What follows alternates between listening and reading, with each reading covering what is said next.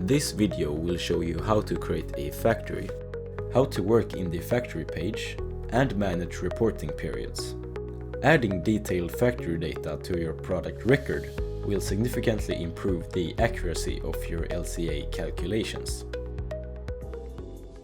We'll start by creating an example factory for our desk lamp product. Navigate to the factory page and click the Create Factory button. This opens a side panel where we'll enter the factory's name and location.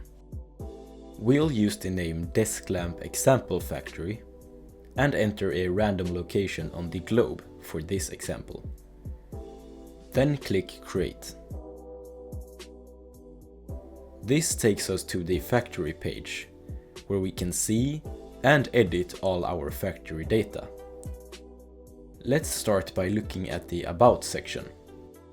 The Certifications subsection lets you describe which ISO standards your factory is compliant with. We'll select Yes for both of these certifications, since our factory is compliant with both. The data collection options will show how the data for the factory has been collected.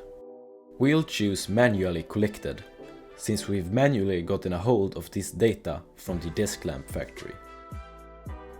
Next, we'll look at the Data section.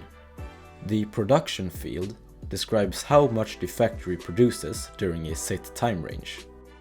Since our desk lamp factory produced 1,000 tons in the year 2024, we'll write 1,000 in the Production field and set the time range to the 1st of January 2024 to the last of December 2024.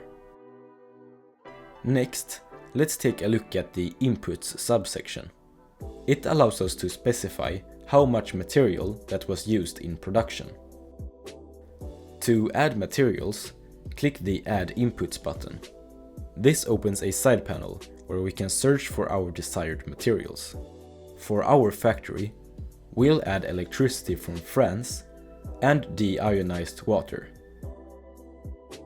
We'll set the electricity amount to 3 million megajoules and the water amount to 800 cubic meters.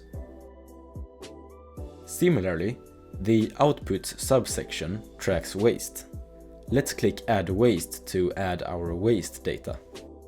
Let's name our waste steel scrap, therefore also specifying its category as metal waste under recycling. Let's set the amount to 1,000 kilograms and keep the product related checkbox ticked, since it is related to our desk lamp. We'll keep non-hazardous checked, since steel isn't hazardous. And lastly, write a fitting description. When done, click Add in the top right corner. Now let's talk about reporting periods. All our factory data is associated with a reporting period. In our case, the period is the year 2024, like we specified in the time range. After entering all our data, we can save and publish our current draft reporting period by clicking the Publish button. Publishing your reporting period will lock the data for more accurate LCA calculations, meaning you can no longer edit the data for that specific reporting period. If you would like to make changes to your reporting period, you can archive your current one by clicking the Archive button. This saves your current reporting period and creates a new draft period with the same data as the newly archived one, which allows for easy changing of data. You can also have multiple reporting periods at once by first publishing your current one and then clicking Create New Period in the top right corner, setting the time range and then clicking Create. This lets you see all your current reporting periods at the top of the page. Clicking a reporting period shows that period's data. This lets you easily switch between reporting periods and look at their individual data.